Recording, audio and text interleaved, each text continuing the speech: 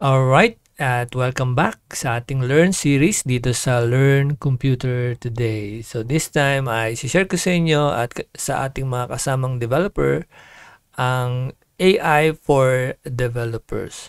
So itong learning na ito ay part ng training natin sa Learn Computer Today at ginagawa natin to for updates sa ating mga learning every week. So abangan ninyo, every week meron tayong lumalabas na ganitong learning, training, at ito ay handog sa inyo ng Learn Computer Today. So kung kayo ay nag-aaral sa Learn Computer Today, pwede kayong mag-subscribe dito sa ating YouTube channel and even dito sa ating sa Facebook para makita ninyo yung ating updates for our technology sa panahon natin ngayon. Kasi wala tayong mga sources halos sa Tagalog, no, in regards to technology. So we are also updating, no, through our channels through Learn Computer Today. Though marami tayo talagang mga issues, no, na na-encounter sa YouTube at napakaraming content ngayon na halos ay hindi na natin alam kung alin ang uunahin natin at hindi natin alam kung saan tayo mag-aaral, magsisimula mag-aaral when it comes to software development, web development, and software engineering. Luckily, we have created itong Learn Computer Today at ngayon we can have access, no, sa mga trainings in Tagalog para mas madali natin matutunan ang coding, programming, web development, software development, and software engineering. At that is through Learn Computer Today. This time, i-discuss natin yung ilang mga bagay in regards to AI. So, sa panahon natin ngayon ay namamayagpag ng AI at napakaraming content creators ang nagbibigay na ng kanya-kanyang opinion in regards to artificial intelligence. So, may mga haka-haka, may mga theory na mawawalan na ng trabaho ang mga software developers, ang mga software engineer, web developers, mawawalan na raw ng trabaho kasi nandyan na yung ating mga AI software o AI-powered na mga models. No? Nandyan si ChatGPT-4 o parating na si 5, sabihin na natin ganon. And then andyan si Devin AI, si Gemini AI, napakaraming AI, no, lalabas at lalabas talaga at ang ibang version niyan. So as of the moment, medyo ilan pa lang yung nakikita natin online, but later on it will multiply, no, sa napakaraming klase ng AI. So didiscuss ko ngayon sa maikling panahon paano ba makakatulong yung AI for developers at yung question nga, yung issue nga na gusto natin pag-usapan ngayon is mapapalitan na ba ang mga software engineers, ang mga software developers, programmers, mapapalitan na ba sila ng AI? So, tingnan natin yung future, no, ng software development. Tingnan natin yung technology sa future. And ano ba yung magiging tawag dito? Ano yung magiging contribution ng AI for software development o sa technology? So, sige, tingnan natin. Ayan, nag-prepare ako ng ilang slides for us to discuss about artificial intelligence. So, kailangan muna natin maintindihan ano ba yung artificial intelligence. No, so ang artificial intelligence, sabi sa IBM, no, IBM ang source natin dito. Artificial intelligence or AI is technology that enables computers and machines to simulate human intelligence and problem-solving capabilities. So, dito, sabi ang artificial intelligence is a technology that enables computers and machine to simulate human intelligence and problem-solving capabilities. So, ang AI daw, sabi sa IBM at ganun din sa iba pang mga definition sa ating technology, ang artificial intelligence, nandun na nga yung word na artificial. Ibig sabihin, hindi siya tunay o sabihin na natin parang replication o sabihin na natin simulation, no, artificial intelligence. So, ibig sabihin nung parang sa Tagalog na intelligence, matalino, katalinuhan, no? Ayan, intelligent, no? So, smart, ibig sabihin, merong ability to think, rational being, yan, no? Yan yung mga related words, keywords, no, in regards to intelligence. Logic, yan, no, logical reasoning, yan. So, ang artificial intelligence daw is a technology that enables computers. In other words, yung computer ay kinreate, ginawa, at nilagyan ito ng algorithm para is-simulate, no, yung human intelligence. Pag sinabi mong simulate, itong word na simulate, ibig sabihin ginagaya o gagayahin, may attempt, no? Merong susubukan na gayahin ang pag-iisip ng tao, artificial intelligence. So by the use of computers, no? Itong computer. So ang computers ay tumatakbo using binary code, no? Yung ating 1 and zeros, no? So yan ay kumbaga sa pamamagitan ng programming and coding ay pwede natin siya i-simulate o simulate yung human thinking, no? Pero pag sinabi natin human thinking, medyo malabo yan, no? Malabong magawa yan ng computer kasi ang computer ay sumusunod lang, no? Kung maintindihan natin doon sa ating course, Introduction to Programming, may free course po tayo sa ating website, learncomputertoday.net, no? Maintindihan nyo po doon how computers work. Okay? So, at pati yung programs, makikita nyo rin doon paano gumagana yung program. So, ang computer basically, kapag bumili ka ng computer, wala siyang program, wala siyang software, wala naka-install, yung word na install, ay walang magagawa yung computer. Kahit na napakaganda ng computer, high-tech ang computer, napakamahal ng computer, sabihin na natin worth 100,000, 200,000 yung computer, pero pag wala siyang operating system, wala siyang Windows, wala siyang Linux, no? Wala siyang yung operating system for Apple computers. Kung wala siyang ganun, hindi siya magiging useful sa ating mga tao. So ano lang siya, bunch of hardware na walang silbi. Pero pag nilagyan mo siya ng software, which is a program, set of programs, set of instruction, may gagawin yung machine na yon through the operating system, doon pa lang talaga siya magiging makakatulong sa ating mga tao. So, pwede tayo mag-print, pwede tayo mag-send ng email, pwede tayo manood ng videos, mag-record, etc. No, using that computer with a software, no, o mga software na ginagamit natin para matulungan tayo in our everyday lives. So, ang computer ay bukod sa natutulungan tayo sa ating araw-araw na ginagawa at sa ating business, no, sa ating mga businesses, ito ay dinesign ng mga computer scientists to think, to simulate, no, like humans, no. Hindi naman talaga as humans, no, kasi hindi naman talaga sila tao, wala silang buhay, no, wala talaga silang thinking capability.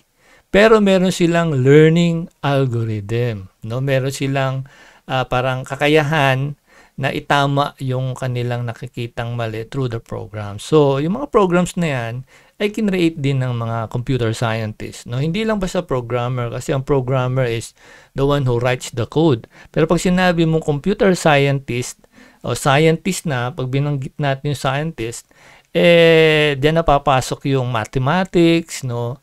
Lahat ng branches ng mathematics papasok diyan sa computer science and i-apply nila sa computer language, no, and then diyan na nga masisimulate yung ating tinatawag na human-like capabilities, no. So sinusubukan ng mga computer scientists na ang computer ay maging kagaya ng human brain. Kaya dyan na-invento yung mga terms like neural network, kasi yung brain ng tao, brain natin may mga neural links yan.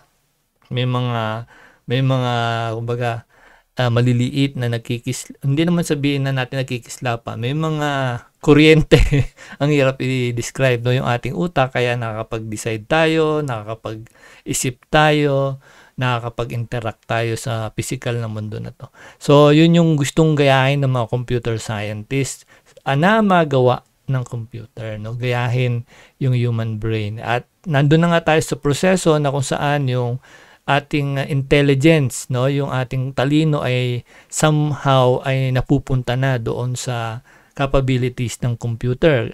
Kayang, kumbaga, itong computer ay kumbaga dahil sa kanyang dataset, sa kanyang database, no, ay nagiging kumbaga magkakaroon siya ng sabihin na natin na proseso, no? Kailangan maingat kasi tayo diyan pagsasalita diyan kasi ang computer sa iba no na nagki-create ng content sa YouTube at maging sa Facebook, ang iniisip nila ang computer ay nakakapag-isip, no? Hindi po nakakapag-isip ang computer.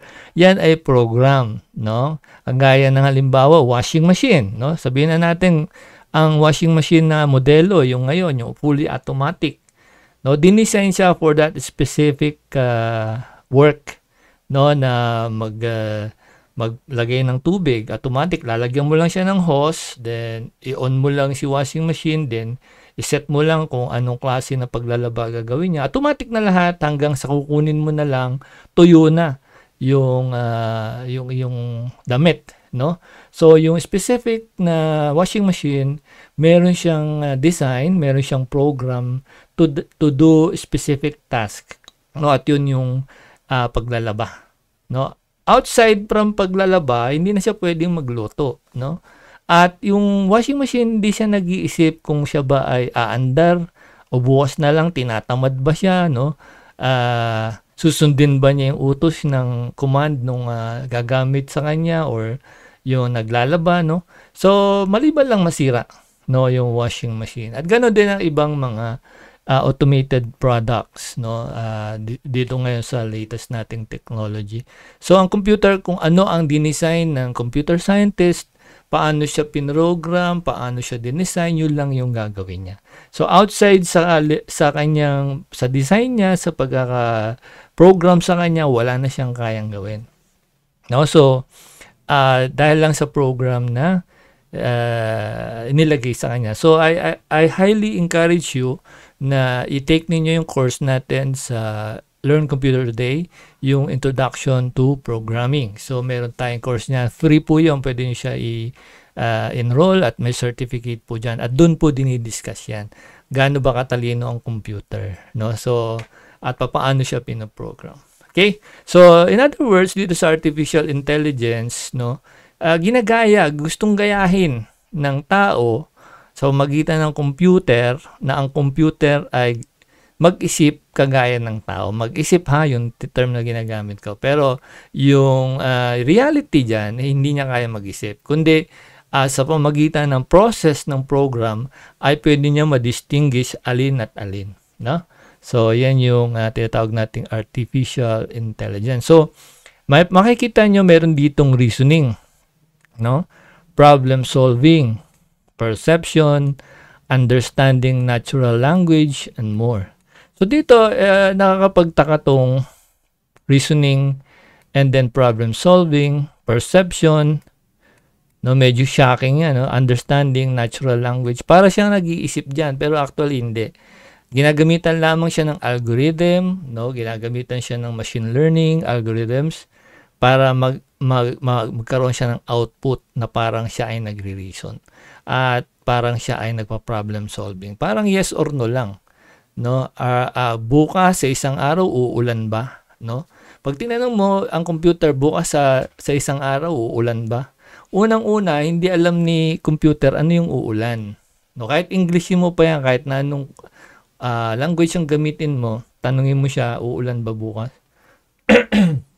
Maski na si ChatGPT at maging yung ating mga modern AI na available ngayon, David AI, yung papalabas pa lang at this moment at matunog na. Kahit tanungin mo yan, uulan ba bukas? So, ang gagawin lang ng mga AI is titingnan niya yung database at kukonek siya sa internet. O sabihin na natin, nasa internet siya, titingnan niya yung latest weather forecast.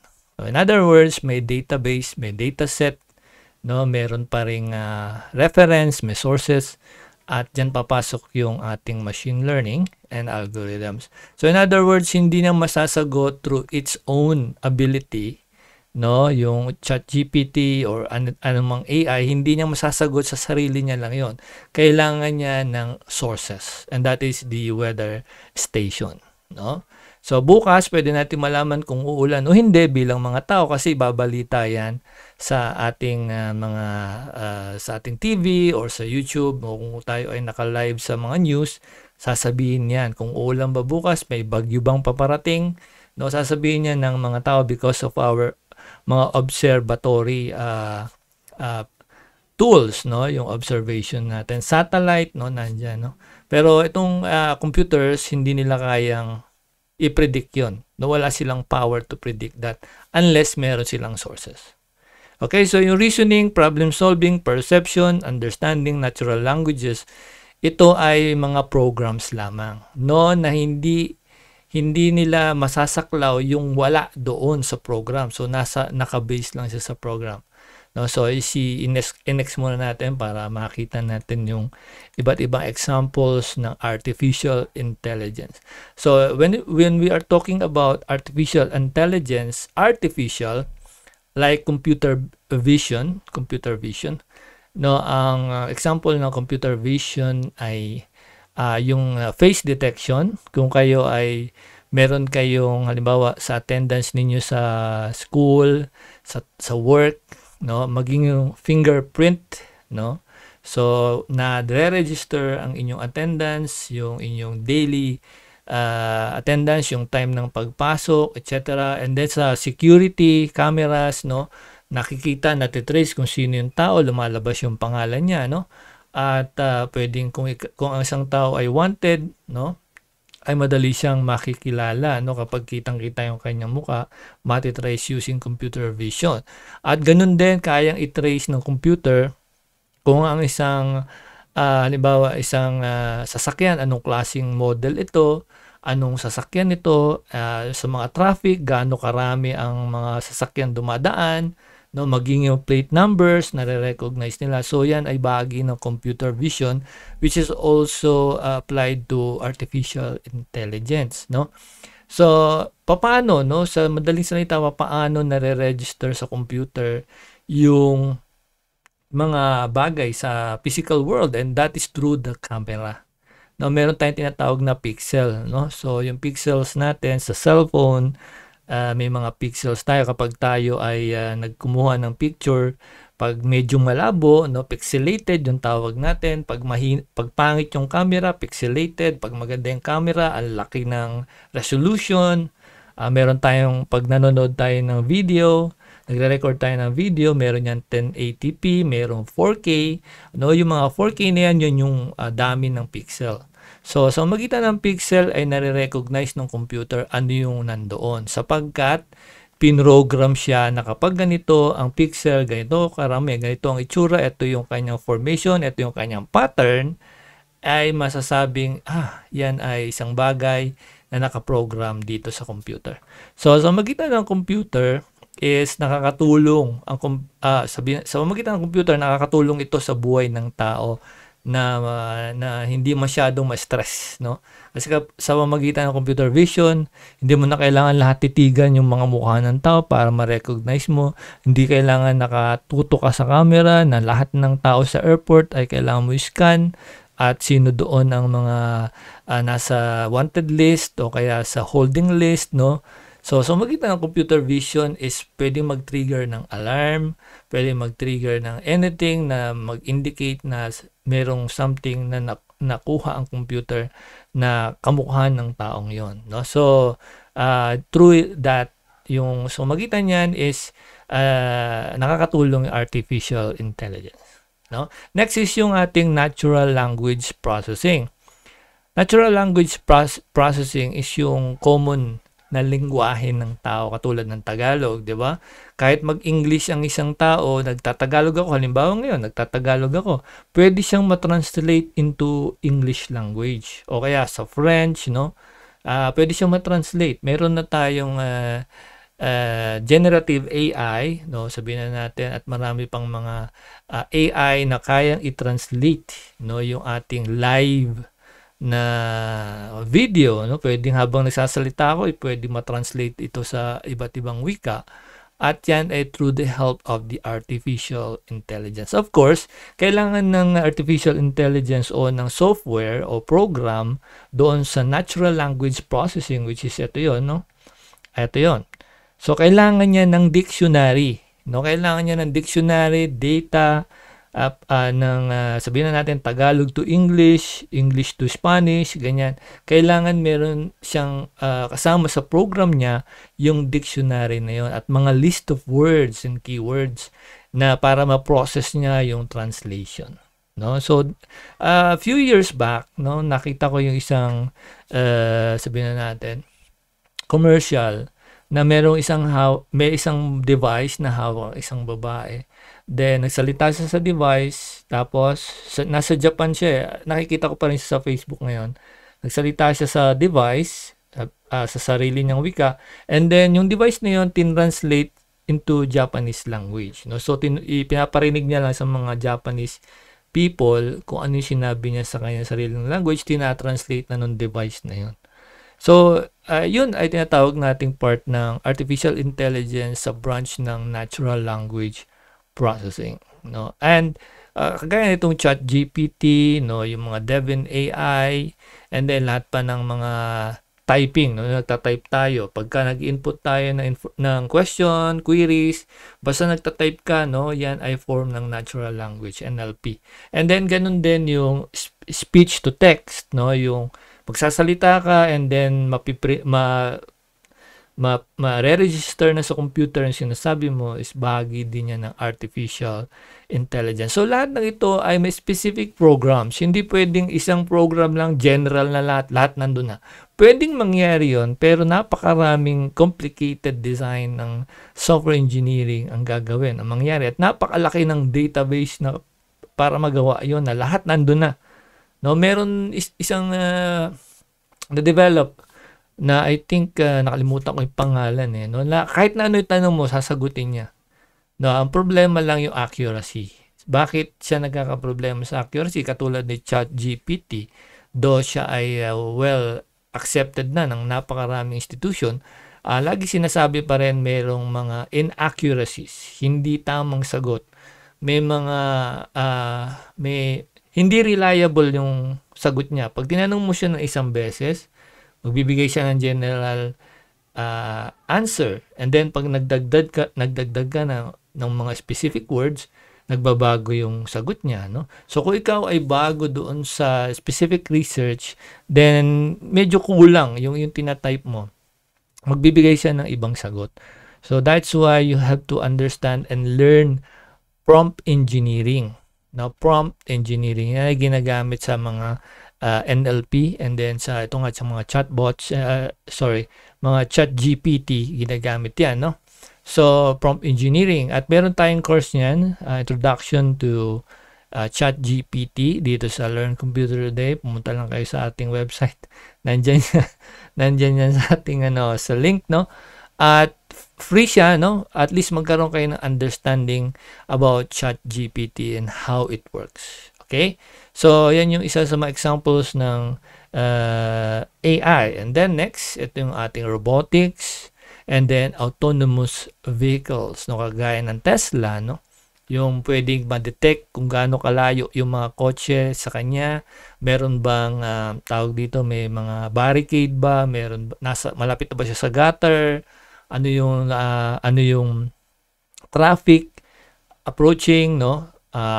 Makikita nyo rin yan pag gumagamit kayo ng Google Map, no? Makikita nyo sa Google Map, habang nag-Google Map kayo, nakikita nyo saan banda traffic. Real time yun, ha? Real time. Ibig sabihin, habang drive ka, makikita mo, red na yung linya, red. Tapos sasabihin pa sa'yo ni Google Map na ikaw ay nasa tamang daan, no? Nasa pinakamabilis na daan, no? Kahit na napakaraming ruta, nandoon ka sa tamang daan. Pero sa paggamit ko niyan, nung ako'y dumaan ng Tagaytay, napunta ako sa private na private na lugar, no? Doon ang pinakamabilis na daan doon, sabi ni Google Map. Pagdating ko doon, hindi kami pinapasok kasi private na raw 'yon. Residence daw 'yon ng parang subdivision siya. Pero tama naman si Google Map, yun ang pinakamabilis. Pero hindi nakalagay kay Google Map na private na yun at hindi pwedeng pumasok ang mga public vehicle. So, yung hindi taga ron, no? So, yun ang problema. So, hindi pa rin accurate ang mga ito. At based pa rin sila doon sa software na design sa kanila. So, autonomous vehicles, dahil meron tayong Google Map, and then yung si Tesla, may sarili siyang map, no? Pwede mo siyang i-click lang doon, o kaya ilagay mo lang ang destination mo doon. Lahat ay ipoprovide niya sa'yo, no? At i-assist ka niya sa pagdadrive, pwedeng fully autonomous. Ibig sabihin ay pwede kang matulog, no? Sa YouTube, na papanood ko yan na yung mga Tesla drivers, natutulog sila habang nagdadrive. Pero siyempre, yung opinion ng marami, huwag ka matulog. Hindi mo alam kung magkakamali ba yung yung Tesla, kung magkakamali siya. So, naghihintay sila ng mga pagkakamali ng AI. So, hindi naman siya perfect kasi nga siya ay software pa rin, developed by software engineers and lalong-lalo na ang computer scientists. Okay, so robotics, medyo nagiging aware na talaga tayo dyan. Medyo alam na natin yan, no? So, proceed tayo sa next. Then, next, ang example pa ng AI, itong ating recommendation systems, no? Na nakikita natin sa mga website, e-commerce store, online. No? Yung recommendation systems, yung para nakikita mo yung kung gusto mong, halimbawa may kinlik kang isang bagay like sapatos, lahat ng sapatos i-recommend sa'yo. Pag i-click mo sinelas, lahat ng brand ng sinelas ay i-recommend sa'yo at applicable na rin yan sa Facebook, sa YouTube, no? Kung ano man yung interest mo, i-click mo sa Google, lahat yan ay magugulat ka na lang, may mga recommendation na lumalabas sa'yo, maging sa cellphone mo. Kasi connected ang yung cellphone, kaya dyan medyo na medyo dyan na parang naging issue si Google dati. Kasi once na ginamit mo yung email mo sa Google, yung email mo, Gmail, ginamit mo sa yung browser, yung email na yun, ginamit mo kahit saan yung email na yun, every time nagagamit ka ng application, lalabas yung recommendation, yung marketing nila, no? So, lalabas lagi yan, pop up yan, yung mga may advertisement, kaya kailangan magbayad sa Google, sa Facebook ng marketing ads, advertisements, no? Dahil yun, sa purpose na yun, na i-recommend yung mga products na yun para sa mga specific na tao na may interest. That's why dito sa Learn Computer Today, kaya ka nakarating dito, na nakita mo itong video na to is because una, nagkaroon ka ng interest for the specific topic, then ni-research mo, lumabas sa research, and then next, pwedeng nag-research ka ng related, then ni-recommend itong video na to. So, yan yung recommendation system na assisted or powered by AI. No? So, saan galing yan? Algorithm na yan. Well, basically, yung algorithm na recommendation system ay based on our marketing strategy. No? Kung kayo ay kakain sa fast food, di ba? Mag-order ka ng specific meal, tatanungin ka kung gusto mo ba mag-take ng pineapple, go large, no? French fries, large, no? So, yung mga recommendation yan, kapag ikaw bumibili sa isang physical store or physical food chain, no? Kapag ikaw bumili ng sapatos o offeran ka ng medyas sa physical world, no? Sa in reality. Ganun din sa palengke, pag bumili ka ng ganito, may sasabihin sa'yo, dito ka na lang bumili. 10 piso tumpok. O yan, part ng marketing yan, which is also part of recommendation system na ginawang program for our digital world. Okay, so recommendation systems, no, assisted and powered by AI. And then next, itong virtual assistant. Now, virtual assistant, para hindi tayo medyo malito dyan, kagaya ni Siri, yan isang example yan ng virtual assistant, si Alexa, sino pa ba? So, yan, marami kayong kilala na virtual assistant. Pero ngayon, napakaraming software ang nade-develop na yung trabaho mismo ng virtual assistant, no, na magpo-post sa Facebook, mag-create ng design, mag-send ng emails, no, which is a physical virtual assistant, may mga software na tayo na kaya mag-automate niyan. Kumbaga, ang gagawin lang ng may-ari, schedule sabihin na natin, create a design for specific product, etc. Nasa website niya na yun, connected yung website niya, doon sa software na yun, Then, connected din doon yung mga email na marketing, connected lahat doon, including yung text messages, call. No, yan ay powered by AI na later on, which is bad para sa napakaraming virtual assistant, na pwede talagang ma-replace ng virtual assistant, ng AI ang virtual assistant. But, of course, hindi pa rin perfect yung ganong style. But papunta na doon, no, yung ating AI, no? So that's why I continually encourage, no, lahat ng virtual assistant na mag-aral pa, especially coding, learning coding, web development, software engineering, software development.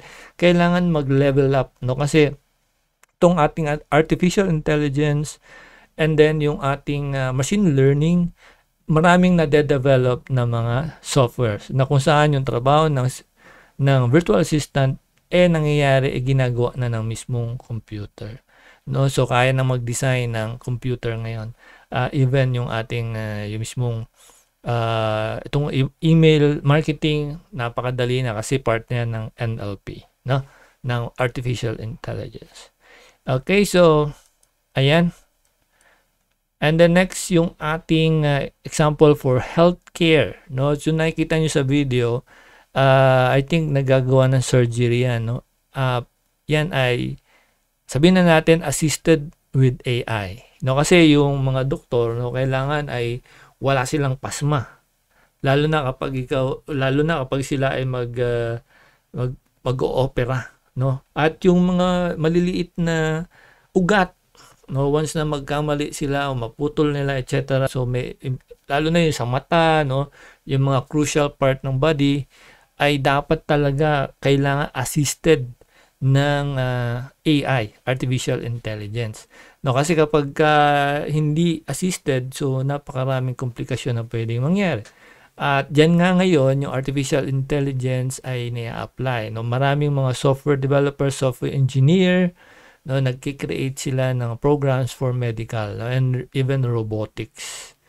No, yan yon. So maging yung doktor, no, meron na tayong medical chatbots, no, na kapag nagtanong ka, bibigyan ka na niya ng idea ano yung pag nagtanong ka sa chatbot sa isang website ng isang active na gumagamit ng AI na website sa hospital, pag nagtanong ka doon, sasagutin ng chatbot, and then ano yung mga precautions na pwede mong gawin, mga first aid, ganyan, and then saan yung pinakamalapit na hospital, no? At ano yung mga services ng website na yun na pwede mong puntahan, ma-access, no? So napakarami ng application ng artificial intelligence. At ganoon din sa space exploration. Space exploration, dyan gagamit ng mathematics, matinding mathematics dyan, calculation ng distance, etc., no, yung mga conditions sa labas ng mundo, no, at maging possible ang space travel, no, space travel. At yan nga yung ginagawa ngayon ng SpaceX, and then yung mga iba't ibang bansa na gustong pumunta ng Mars, no, para makita yung condition doon at ano yung history ng Mars. So part din yan ng space exploration. At nandun nga, di ba, yung ating mga naunang mga robot, itong si Curiosity, and then yung mga kasunod pa niya, no, ng mga robots na nag-explore sa Mars. So yan ay assisted ng artificial intelligence. So yan yung mga examples ng application, no, ng artificial intelligence. At lahat ito ay ginagamitan, no. Sabihin na natin lahat. Meron mga part na kung saan hindi gumagamit ng algorithm. Pero masasabi natin na meron siyang algorithm talaga na ginagamit. Nandyan yung ating supervised learning, unsupervised learning, reinforcement learning, etc., no, at marami pang nakapaloob dyan. So ito yung usual na pinag-aaralan sa computer science. Kung plano ninyo mag-enroll for college, kung kayo ay nasa high school pa lang, nagre-research kayo anong gusto ninyong course, ay ito yung branch ng computer learning na kung saan yung computer science ay nagdi-deal with mathematics, nagdi-deal with specific algorithm for machine learning, artificial intelligence, computer vision, lahat yan ay under ng computer science, no? At yung computer science, ang kaibahan niya sa IT, ang IT kasi in general yan eh. So, sa larangan ng technology, doon pa lang sa pangalan niya, information technology. So, lahat ng latest na technology na pwedeng gamitin for human assistance, no? Ay alam yan, no? Inaaral yan ng IT. While yung computer scientist naman ay siya yung nag-iisip ng panibagong ways, innovation. Siya yung kumbaga nagki-create like artificial learning, no? Yan yung mga machine learning algorithms, i-apply nila ang algorithms, and then magpo-produce sila ng mga models, no? Sa robotics, no? So lahat, no?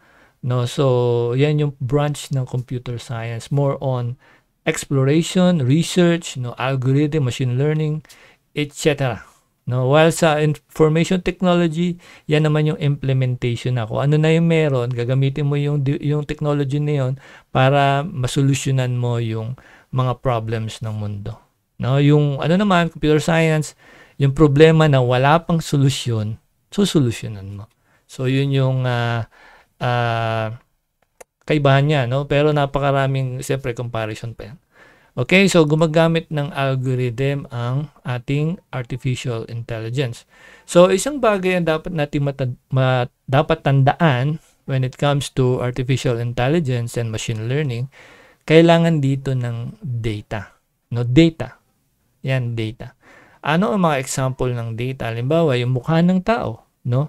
Sa computer vision, paano ka marirecognize na ikaw yon kung wala kang picture? So, kailangan yung mga pictures, halimbawa sa isang kumpanya, para malaman kung halimbawa sino siya, no? Para siya ay matrace kung sa ating camera, sa security cameras, etc., attendance na ginagamit, no? Para ma-recognize na ikaw yon, dapat meron ka munang picture na nasa database, no? Pa-process yun ng computer, and then ima-match sa pattern ng mukha mo habang ikaw ay nasa loob ng kumpanya at mare-register yung whereabouts and activities. So, kailangan meron kang data. Ganon din sa, halimbawa sa healthcare, kung gustong malaman kung ikaw ay may sakit, may cancer, etc., anong symptoms ng sakit mo, ano yung mga findings, at gusto mo gumamit ng artificial intelligence, so dapat may data muna, like mga data ng samples ng diabetes, ano yung mga symptoms, etc., mga sabihin na natin history, no? Lahat ng pwedeng magamit as a data ay ipo-process ng computer 'yon. Tuberculosis, no? Lahat ng mga itsura ng nasirang baga, may sakit na baga, x-ray, no? Dadaan yan sa image classification o sabihin natin recognition, computer vision, no? And then makikita, no, sa magitan ng computer, ma-analyze kung ikaw ay may sakit o ano yung structure ng iyong lungs. Ganun din ang heart, no? Pwedeng gamitan niya ng artificial intelligence. So, yung data ay napakahalaga. Pag walang data, walang artificial intelligence. Katulad nung Tesla na sinasabi natin, siyempre, paano niya makikilalang may kotse sa unahan niya kung hindi na-train yung computer na yon na ma-recognize ang kotse? No, so mayroon dapat samples ng mga kotse. At yung distance, kakalculate yan, no, gaano kalayo, gaano kalapit, kailan titigil ang kotse, no? Ayan, kailan siya mag-speed up, no? So lahat yan ay powered ng artificial intelligence at yan ay may basihan galing sa data, no? Yung mapa. Kung wala yung physical map, wala yung picture ng mga physical na picture ng mga buildings, mga streets, no, wala tayong Google Map at wala ding susundan yung mga nakabase sa API ng Google Map, no? So, kailangan ng data. Kung wala yung data, walang matututunan itong si artificial intelligence, walang may feed sa kanya, yung machine learning, wala siyang gagamitan ng algo, no? So, ayan. So, generalization, no, para makita niya in general gaano ba karami yung klase ng kotse, gaano ba kalalaki ang mga truck, no? Model training and evaluation, tingnan mo kung gaano siya ka-accurate. Nare-recognize ba niya yung pusa sa aso, no? Kung gusto mong malaman kung uulan ba bukas sa susunod na araw, no? Tingnan mo ano yung kalagayan ng mga past mga history, mga data na available para ma-predict niya kung uulan ba bukas, and then yung connection niya with the physical weather stations, no? So model and training, napakaraming paggagamitan yan. So under yan ng computer science, no? Adaptation and improvement. So yung artificial intelligence, pwede niyang makita ano yung mali doon sa mga ginagawa niyang process, then ayusin niya. Siya mismo mag-ayos. Then yung bias and fairness, no? Makikita kung ang lahat ng nilagay mong data ay puro mukha mo, no? Halimbawa, yung bias, ibig sabihin para ma-recognize na ikaw yung panalo sa halimbawa sa random loto, yan, random loto, magra-raffle yung machine ng digital, kung sino lalabas na picture ay mananalo. So kung i-feed ko siya lahat ng picture ko, ako lang mananalo. Yun yung bias, no? So kailangan ay balance yung data. No, yan. So kung walang data, walang artificial intelligence. So yan yung point ko dyan. Pag wala kang data, wala kang artificial intelligence. Kung kukunti ang data, kukunti lang ang pwedeng ma-recognize ng artificial intelligence, no? So dyan papunta ngayon yung ating pag-uusap pagdating sa issue ng sa simulang tanong natin, napapalitan ba ng AI yung software engineer, software developer, web developer, no? So ito yung mga necessary things na kailangan maintindihan natin before we can proceed doon sa mga question kagaya nun. No, so ang AI, ano ba ito para sa developers currently? No, hindi muna yung future, currently. Yung ChatGPT, and then yung iba pang mga AI, Devin AI, no? And then yung iba pa, Gemini AI, no? Ang mga ito ay dinesign to help computer engineers, no? Sabihin na natin, software engineers, software developers, no? Ayan, mga ChatGPT na yan, general knowledge, no? Ay dinesign niya to assist us according doon sa database, no?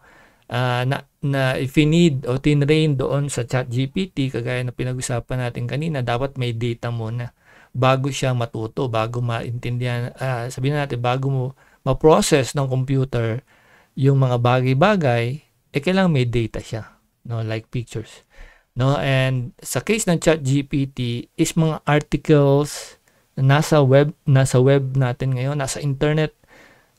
Yung mga lahat na makikita mo sa internet ngayon, article, pinagsama-sama yan, no? And then inaayos yan. Meron tayong course niyan, Introduction to ChatGPT, at pwede niya ma-enroll for free sa ating website, Learn Computer Day, at meron din niyang certificate. At doon din in-explain natin paano natitrain, no, yung ating ChatGPT. At doon magkakaroon kayo ng understanding ano yung limitation ni ChatGPT. Kaya minsan pag may tinatanong ka kay ChatGPT and even kay Copilot at iba pang mga AI assisted na mga chatbots, once nag-type ka doon, sasagot nila according to my database, which is based on ganitong year lang, hindi ko pa alam yan. It is a new technology na hindi hindi ko alam. So, sinasabi naman ni ChatGPT yun, hindi niya alam yun. New yun para sa kanya kasi based doon sa latest niyang updates, wala ba yun? Sinasabi niya. So, ibig sabihin may limitation talaga itong mga artificial intelligence, no, assisted na chatbots.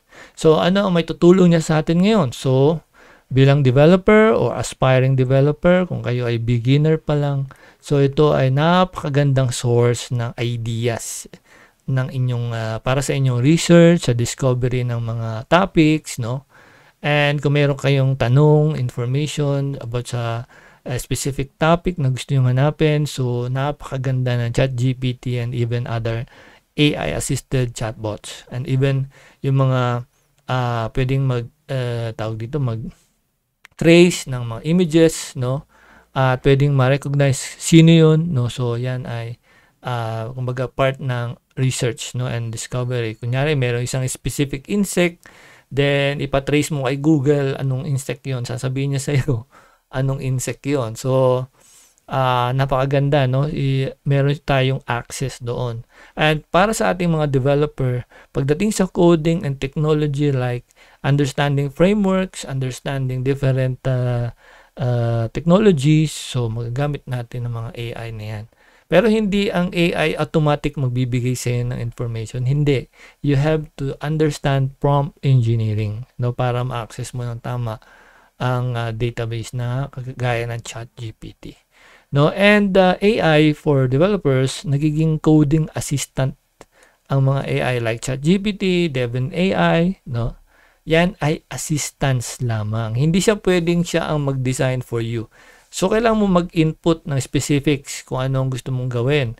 Anong code ang gusto mo ipagawa sa kanya. Anong code ang gusto mong ma-retrieve or generate niya. So, mag-generate siya ng code para sa'yo.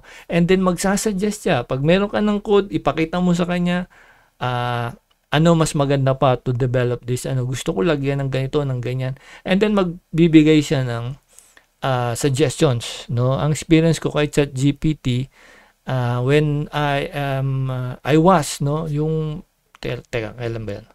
Siguro last year, no, nagki-create kami ng mga robots na pwedeng gawin, no, for helping communities na ma-improve yung buhay. So, ginamit ko si ChatGPT. And then sa C++, kasi Arduino yung gagamitin, nagpa-generate ako sa kanya ng code. And then meron akong code, kinumpare ko sa code niya. And then, ginamit ko yung code niya. And lumabas, napakalayo doon sa, yung kahuli-hulihan na generate niya, malayo na doon sa objective ng desired output, napakalayo na. So, kinokorek ko siya. Hindi ganito gagawin mo. Hindi ganyan. So, in the long story, to make the long story short, hindi ko na siya ginamit. Yung aking dating code pa rin, no? And then, bit by bit na lang, line by line, nagpa-assist ako kay ChatGPT and naging successful naman yung project na yon. So, in other words, hindi talaga accurate si ChatGPT, lalo na kung kulang-kulang yung iyong instruction, no? Kung kulang-kulang. At kung meron kang instruction na general yung meaning, general meaning siya. So, iba pa rin gagawin niya kasi general na. Pag in-specify mo naman, dapat specific na specific para gawin niya. And then, pag specific na specific kaya sa tanong mo, iba naman ipuproduce niya, no? So, hindi siya ganun ka-accurate. But, yung ideas, no? Yung ideas na pwede niya i-provide, and then yung mga small scale na mga building blocks ng code, pwede niya ibigay sa'yo, no? At ganun din si Copilot, no? Ginagamit ko rin si Copilot. And then, bug detection and fix. So, kapag may problem ka sa code mo, bigay mo lang kay Copilot o kaya kay ChatGPT o kay Devin AI, no, magiging na siya, makikita na yung mga fixes sa mga bugs mo, problems, no, kung bakit naglalabas ng error. So, napaka-useful ng ganitong mga generative AI. Then, makakatulong din ang AI for continuous integration and development. Ibig sabihin ay kapag nagawa mo na yung program at gusto mo mag-add ng features, mag-add ng additional mga pwedeng gamitin pa for your specific project, makakatulong pa rin ang ating mga generative AI at iba pang mga AI. So, sa ganyang paraan, yung mga AI ay pwedeng makatulong sa mga software engineer, software developer, web developer, at yung mga nasa technology. Pero kailanman, no, yung tanong,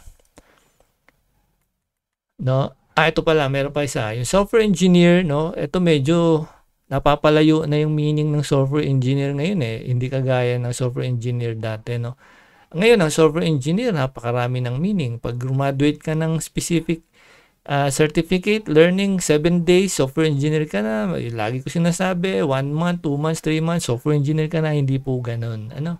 So, kapag nakapagtapos ka ba ng short course sa online, software engineer, engineer ka na. Hindi po ganun. So, kailangan alam mo yung fundamentals ng technology, no? Kailangan marunong ka dyan. Yung fundamentals ng technology like web development, nandyan yung ating HTML, CSS, JavaScript, mga framework ng JavaScript, mga framework ng CSS, no, yan ay bahagi ng web development. So, yung mga frameworks like React.js, yung mga yan, Node.js, and etc. mga JS, sila ay mga na-develop using JavaScript technology at para for a specific purpose. No, pwede sila magpalit-palit kahit alin doon ang gamitin mo for specific purpose and back-end kung ano man ang gusto mo, pero andun pa rin yung fundamentals. That's why sa Learn Computer Today, nag-stick tayo sa fundamentals talaga. Pag nag-aaral tayo, is nandun tayo nakafocus sa fundamentals. Kasi, yung mga frameworks and libraries, magbabago talaga yan, no? Mag-iiba yan at mayroong magiging latest, mayroong mga additional frameworks or sabihin na natin mga isinisilang na frameworks, pero ang loob nun JavaScript pa rin, CSS pa rin. No, and then meron lang mga templated na mga bootstrap templates etc. na pwede mong gamitin para mas mapadali yung iyong deployment. No, ang software engineer hindi siya bumabase sa template, no, hindi kagaya ngayon.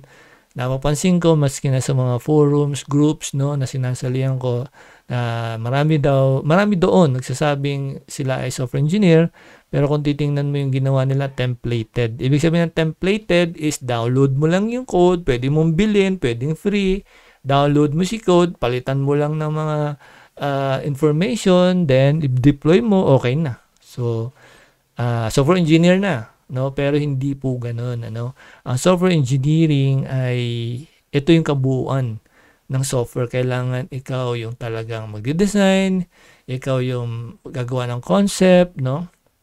At hindi ka lang basta engineer, kundi ikaw ay isa ring programmer, developer, ikaw din yung designer ng UX, UI. So, don't get me wrong, ha? Hindi ibig sabihin ikaw lahat ang gagawa. Hindi. Meron tayo dito pang term, leader and manager. Ibig sabihin yan, alam mo yung flow, alam mo yung process. Paano na-develop ang isang software. Kaya nga software engineer, you will engineer certain software for specific purposes. At kapag binigay ni client, itong gusto kong design, ito yung gusto kong output, ito yung mga processes na kailangan magawa niya. And then pag nakita mo, tapos hahanap ka lang sa internet ng template, ito pwede to, templated. Okay na yan. Tapos pagbigay mo kay client, sabi ni client, ayoko niyan. Gusto ko ganito, specific, ganyan. Di ba binigay ko sa instruction?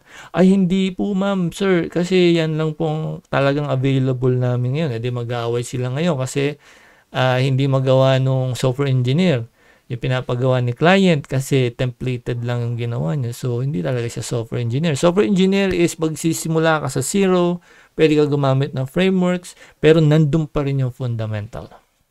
That's why, sa training natin, sa Learn Computer Today, mag-start talaga tayo sa foundation. No, kahit walang framework, makakagawa tayo ng software, makakagawa tayo ng website, web apps, etc. Kasi alam natin yung fundamentals. No, yung fundamentals, hindi yan mawawala sa lahat ng frameworks. Yung frameworks, pag walang fundamentals, hindi framework yun. Kaya nga framework eh. Ibig sabihin, meron siyang naka-align na, meron na siyang naka-set up na styles, no, na kung yan ay for CSS, naka-ready na, mas simple, mas pinadali, no, para mabilis yung deployment. So, bilang software engineer, kailangan alam mo lahat ng aspeto na yan. Hindi ibig sabihin ikaw lahat gagawa, pero dapat marunong ka, alam mo paano gawin, at kung wala yung specific na tao para doon, ikaw yung gagawa. At overall design, ikaw din. And then, ikaw yung mag-lead and magmamanage ng software na yun. No, so, marami pang mga positions yan. Of course, pag sinabi mo software engineer, hindi naman siya DevOps engineer, etc., Agile, etc. Marami pa yan. Napakaraming branches ng kailangan pa natin matutunan. Ang ibig ko lang sabihin, buong konsepto at life cycle ng software ay dapat alam ng software engineer. Okay? So, ito na yung ating tanong, no, sa dami-dami ng aking diniscuss. Can AI replace software engineers? So, dun sa diniscuss natin, napakahabang proseso nun. No, yung lahat ng proseso nun, machine learning, algorithms, etc., data, hindi yan kayang gawin ng computer. So, ikaw bilang tao, ikaw pa rin na mag-feed sa computer. Kung ikaw ay computer scientist, kailangan mag-create ka ng calculations, mga calculations and then algorithms, ilalagay mo doon sa specific task na yon, and then siya na mismo ang mag-a-assign according sa dataset na ilalagay mo sa data, no? And then doon niya ipo-process, then titingnan mo kung maayos ba siya. Kung hindi, ayusin mo pa yung algorithm, gagamit ka ng napakaraming algorithm hanggang sa mag-arrive ka sa halos 99% ng accuracy. Kung pwede 100, kaso bibihira yon ng 100%. So yun ay trabaho ng ng computer scientist. No, in regards to software engineers, no, sila yung nag-i-engineer ng mga bagay, technology na meron ng in existence, no, meron na, available na, no, React, ganyan, etc., Angular, etc. Yung mga yung framework, so mag-iisip siya ano yung pinakamagandang gamitin, pinakamabilis ma-deploy, madaling maintindihan ng client at ng customer. Well, sa computer science, very complicated yan. Pag sinabi mo algorithm, hindi yan maintindihan ng client o customer. Hindi niya maintindihan yun. Pag diniscuss ng computer scientist about algorithm, medyo mahirap na yan. Calculation, no, yung linear regression, yan pa nga yung isa sa mga sa supervised learning na pinagdadaanan ng napakaraming AI, etc., machine learning. No? So, sa artificial intelligence, sabi dito, nilagay ko dito, needs the following. Data, which is, yan i-feed natin sa artificial intelligence, machine learning, yan, algorithms, no, I think magkasunod yan, no? Computer power, ano yung computing power? Computing power, ibig sabihin yung server. No, kung yan ay web-based, may server ka, meron ka, anong gagamitin mo? Ryzen ba ang gagamitin mo, yung ano ba yung mga latest ngayon, and then yan ba ay Intel, yung pinaka hardware mo diyan, Intel ba yung pinakalaman, no? Compute, ano, ilang computing power yan, ilang processor, ilan ng memory, no? Yan eh physical hardware ng computer. Meron tayong mga napakaraming mga services, no? So dapat malaman mo yan paano mo i-deploy online at kaya ba niya i-handle gaano karaming queries o mga tao na mag-inquire. Kaya ba niya i-handle o magda-down yung server, magre-reset ba si server, mamamatay ba yung server, masisira ba yung server, yung physical computer, masisira ba yun pag napakaraming processing ang gagawin. So cloud engineering din yun, cloud computing, no? Ayan. So lahat yun ay kailangan ng AI. So, hindi kayang gawin ng AI i-set up ang computer unless may human interaction, merong human touch, no? So, hindi kaya ng computer i-replace ang trabaho ng software engineer, cloud engineer, programmers. Hindi kayang i-replicate yon kasi yun ay involve ang creativity, no? Human judgment. Ibig sabihin ng human judgment, hindi lang right or wrong yan, no? Hindi lang yan ethical. Ibig sabihin ng human judgment, ano yung pinakamabilis na algorithm? Ano yung pinakamabilis na paraan, no? Para magawa yung task, no? Hindi kayang isipin niya ng computer kung wala siyang data, no? So, ipoprocess pa niya yun, napakatagal. Samantalang yung tao, pagka marunong talaga siya, isa siyang software engineer, alam na niya, ganito lang gagawin natin dyan. Lalo na kung siya ay computer scientist, no? At algorithms na pag-uusapan, no? Ayan, so independence, no? Yung AI walang independence. Ano ibig sabihin natin ng independence? Ibig sabihin nakarely siya sa power, sa electricity, no? Sa battery. Pag walang battery, walang kuryente, brownout, walang backup power, walang generator, hindi yan gagana yung AI, no? Kailangan niya tawag dyan ng sabihin na natin power source. No, design complexity, ibig sabihin kung ikaw ay software engineer, so may mga need si client, may need ang kumpanya na very complex, no? Yung lalo na cybersecurity, yan hindi kaya yan ng AI, no? Lalo na sa changing sa pacing ng cyber attacks, no?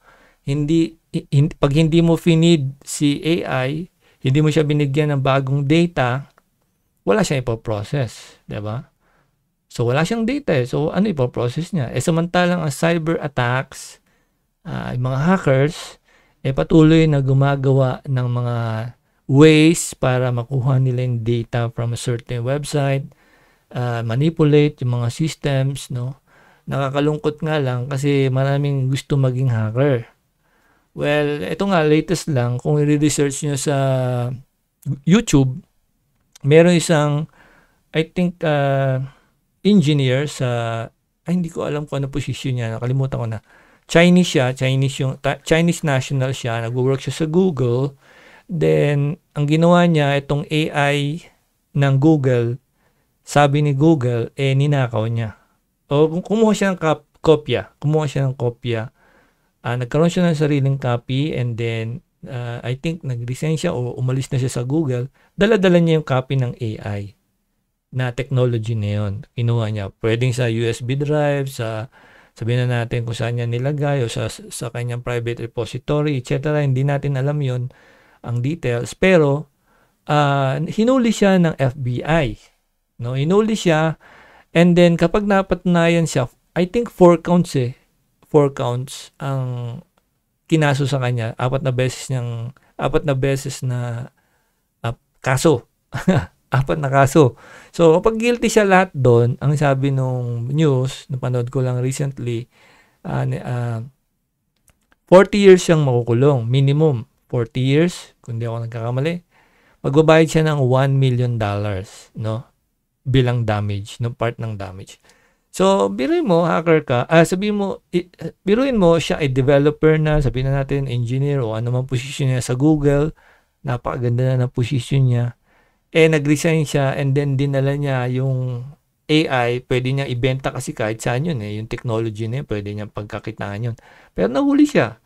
In other words, na yung desire niya na kumita ng pera, naging kulungan. Magbabayad pa siya. Kulong. Bayad pa. So, di ba? Kung siya ay nanatili sa Google, o sabihin na natin nag-separate siya, humanap siya ng bagong group o nag-startup company siya, AI din, nag-create siya ng sarili. Kung talaga magaling siya, mag-create ka ng sarili mong AI o mag-invite ka na ibang mga computer scientists at programmers and developers, then mag-create ka ng sarili mo, benta mo ngayon. No, diyan ngayon papasok yung sinasabi nating mga AI ngayon. No, yung mga Devin AI, iba pang mga AI naglalabasan, Gemini AI, etc. Lahat ng AI naglalabasan. Ang goal ng AI, ipasa nga natin sa next. Ayan. The purpose of AI ay ito lang, no? Medyo lagyan natin to ng philosophy. Kasi pwedeng iba-iba yung interpretation, pwedeng iba-iba yung explanation. Pero ito lang sa akin, sa part ng philosophy ng AI, sa personal ko, no? To help and assist mankind for better and safer living. Ang purpose naman ng AI ay para tulungan tayo Lahat automated. No, yun nga lang, ang disadvantage noon, pag lahat automated, tatama rin tayo lalo. Biro mo, maghugas ka ng plato, automated. Paglalaba ka, automated. Lahat ng bagay na gagawin mo sa bahay, automated na. Sasabihin mo lang, magkakaroon na ng ilaw. Hindi ka natatayo sa higaan mo. Sabihin mo, patayin ng ilaw, buksan ng TV. Ay katamaran yung sa other side noon. Pero, ang goal ng AI is to help us, assist us, no, tayong mga tao, sa ating everyday activities para magkaroon tayo ng better and safer living. No? Magkaroon tayong maayos na buhay, safe, no? Ibig sabihin ay kasama dyan cybersecurity, physical security, etc. So, I think yan yung purpose ng AI. Kaya nga siya artificial intelligence. No? Ibig sabihin ay ito ay for the good of mankind. Ngayon, ito nga yung issue. Nandiyan na si Devin AI, nandiyan na yung mga iba't ibang AI, etc. etc. At nakakatakot na daw. No? Pwedeng mawala ng trabaho ang mga software engineer, developers, web developers. Well, I think doon sa ating mga diniscuss, medyo mahaba yun. Nagkaroon tayo ng idea na hindi kaya ng computer mag-isip. No? Hindi niya kaya mag-isip. Kung ang computer walang program, hindi siya gagana. Kung walang program. No, yung program na yun, pwedeng lagyan ng algorithm, ng data, and then maging artificial intelligence siya. No? Pwede siya maging robot, no? Kahit na ano mang gusto natin gawin kasi siya ay computer with programs. Ngayon, sino ang magpo-program? No? Yan ang tanong. Kapag ang magpo-program, ang gusto niya ay mawasak ang mundo, mamatay yung mga tao, mawala ng trabaho ang marami. Paano mangyayari mawala ng trabaho ang marami? Pagka nasira yung internet. Pag nasira ang internet, wala tayo. Yun nga lang, nasira si Facebook, di ba? Ang dami nalungkot. Ano pa kaya yung buong internet na wala ng connection, di ba? So maraming mawawalan ng trabaho. So kapag na-disrupt yung ating connectivity, no, sa mga nodes, no, karoon ng problem dyan, mare-restore naman yon kasi tayo rin naman ang gumawa dyan. Problem lang is madi-disrupt talaga yung information, yung transaction. Kapag nasira internet, hindi mo na ma-withdraw pera mo. Pwede physical, no? Pwede ka pumunta doon. Kaya mahalaga rin yung meron kang physical na mga nakasulat, no? And then yung database dapat naka-backup, no? So papalitan ba ng AI ang software engineers, developers? I think talagang hindi, no? Absolutely hindi. Kasi yan ay gawa ng tao. Sabihin na natin mas matalinong AI sa larangan ng isang aspeto kung saan siya dinesign, matalino siya doon kasi hindi naman niya kailangan tandaan yun. Hindi niya kailangan i-calculate yung mga bagay na yun na sa sarili niya, kundi meron ng program para doon. Kaya siya nagiging matalino, parang ang talino, ang galing kasi naka-program siya para doon. Ngayon tayo naman, general tayo kahit na problema, anumang problema sa buhay, no? Pero ito lang masasabi ko, no, na pagdating sa understanding and learning technology, yan ay para sa ikabubuti ng buhay natin, no? Kapag ang buhay mo habang ikaw ay nagtatrabaho, palala ng palala, ang health mo ay pasira ng pasira, overtime ka ng overtime, sa gabi ka, hindi ka na natutulog sa gabi, and then hindi ka makakain ng maayos. So, anong purpose ng AI dyan? Hindi ka naman ma-assist niya para subuan ka, pagluto ka ng pagkain, mahalin ka, no? Magkaroon ka ng importansya, hindi yan kaya gawin ng AI, no? So, kailangan mo ng physical person. So, ano ang purpose ngayon ng AI sa buhay natin? Well, ang purpose niya is i-connect tayo sa mahal sa buhay, pwede tayong tumawag, sa voice-operated system lang, please call my loves, my bebe. O magri-ring na siyang kusa and then habang nagdadrive ka o anumang ginagawa mo is pwede mo utusan si visual assistant, Siri, please text my wife, my love, my girlfriend, my boyfriend, tell him that I love him very much. So automatic na si Siri magta-type, tapos na-send niyang mali. So lahat ng yan para sa ating mga tao at sa communication natin sa mundo, higit sa lahat sa kabubuti ng ating buhay. No, minsan napapaisip din ako, bago tayo magtapos, napapaisip din ako minsan na ano yung mas magandang senaryo. Dati na walang AI, kasi nabuhay din naman ako ng walang computer. Nabuhay din ako ng walang AI. Nabuhay din ako ng walang Facebook, walang Twitter, no, social media, wala. Nabuhay ako nun. Pero masaya din kami. Masaya, I think physically masaya kasi makakapaglaro ka and then makakagala ka kung saan mga pumunta. Lagi mong kasama yung mga friends mo, no, ganun. And then wala kayo masyadong iniisip na mga stress, no, yung walang naninira sa Facebook, parinig ganito, pag ganun. So, in depression, medyo mas mababa dati. Sa aking point of view lang. Well, ngayon, pagbukas mo ng Facebook, ang dami ng problema ng ibang tao na na-involve ka. No, meron lang nagsampalan doon, involved ka na, no, pati yung kasama mo sa bahay, naaway mo na, no. Kaya nga minsan panonood ng drama, nanonood ka ng drama sa YouTube. Mapapansin mo na lang habang nanonood minsan galit na. Paano naman ako nadamay diyan, no? Nanood ka lang ng Facebook nanood ka lang sa Facebook o sa YouTube, galit ka na. 'Di ba? Kung hindi siya nanood ng Facebook o YouTube, hindi siya galit, no? O hindi siya malungkot, no? Kaya nakakaapekto siya sa buhay ng tao. So yung AI makakatulong siya sa atin for better and safer living. Pero kung ang purpose mo, maging masaya sa buhay, wala sa AI yan. Nasa buhay mo talaga yan. Paano mo gagamitin ang oras mo sa pamilya mo, mahal mo sa buhay, mamasyal ka, kahit hindi ka gumastos, kahit hindi ka nga gumastos, makakapasyal ka, maglakad-lakad ka lang dyan. Sa labas, pumunta ka dyan, bumili ka ng tokneneng, bumili ka ng ano man dyan, isaw sa labas, sama mo yung mahal mo sa buhay, no? O ano man ang gawin mo sa buhay, maglakad ka sa tabing kalsada, amuin mo yung, langhapin mo yung, tawag dyan, nature, yung hangin, no? Mas nakakagaan siya, no? So, AI to help us to have a better and safer living, while yung happiness naman enjoy nasa atin. How we should live our lives with other people, with our loved ones. Okay? So, wag tayong masyadong huwag tayong masyadong apektuhan sa mga bagay na yan kasi natural na darating yan, no? At kung natatakot yung ilan sa AI, baka tayo mamatay, no? Dadagdag ko lang. Baka tayo patayin ng mga robot, baka tayo patayin ng technology. Well, nandito na naman yung yung matagal nang may nuclear weapon, meron ng atom bomb, meron ng hydrogen bomb, lahat ng bomb meron na ngayon. Pero bakit hindi pa rin nagsasabugan ang mga bansa?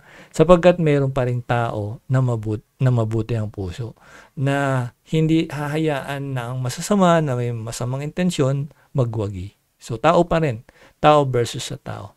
Ngayon, kung paano natin isasabuhay yung buhay natin, nasa sa atin na, no? Yung ikakasaya natin, nasa sa atin na yan. At yung AI at technology ay tutulong lang para gumanda yung buhay natin. Okay, so I think nagiging philosophical na ako at napupunta na sa aking opinion. Pero pagdating sa technology, ay pwede tayong magtulungan. No? Using technology, let's understand technology. Okay? So I think dito na muna ako magtatapos. Wala na yatang kasunod ng aking slide. Alright, so magkita tayo ulit sa ating mga Learn series. At bago magtapos is pwede kayong mag-enroll sa Learn Computer Today. Meron tayong mga free courses doon at meron ding mga paid. No? Yung ating career path, kung gusto niyo maging software engineer, web developer, software developer, WordPress developer at iba pa, no? Pwede kayong mag-enroll sa Learn Computer Today. Alright? So bisitahin nyo lang, baka sakaling magka-interest kayo at step by step yung pagtuturo natin dyan. Okay? So, yun lang. Magkita po tayo ulit sa susunod na Learn series. Bye-bye po.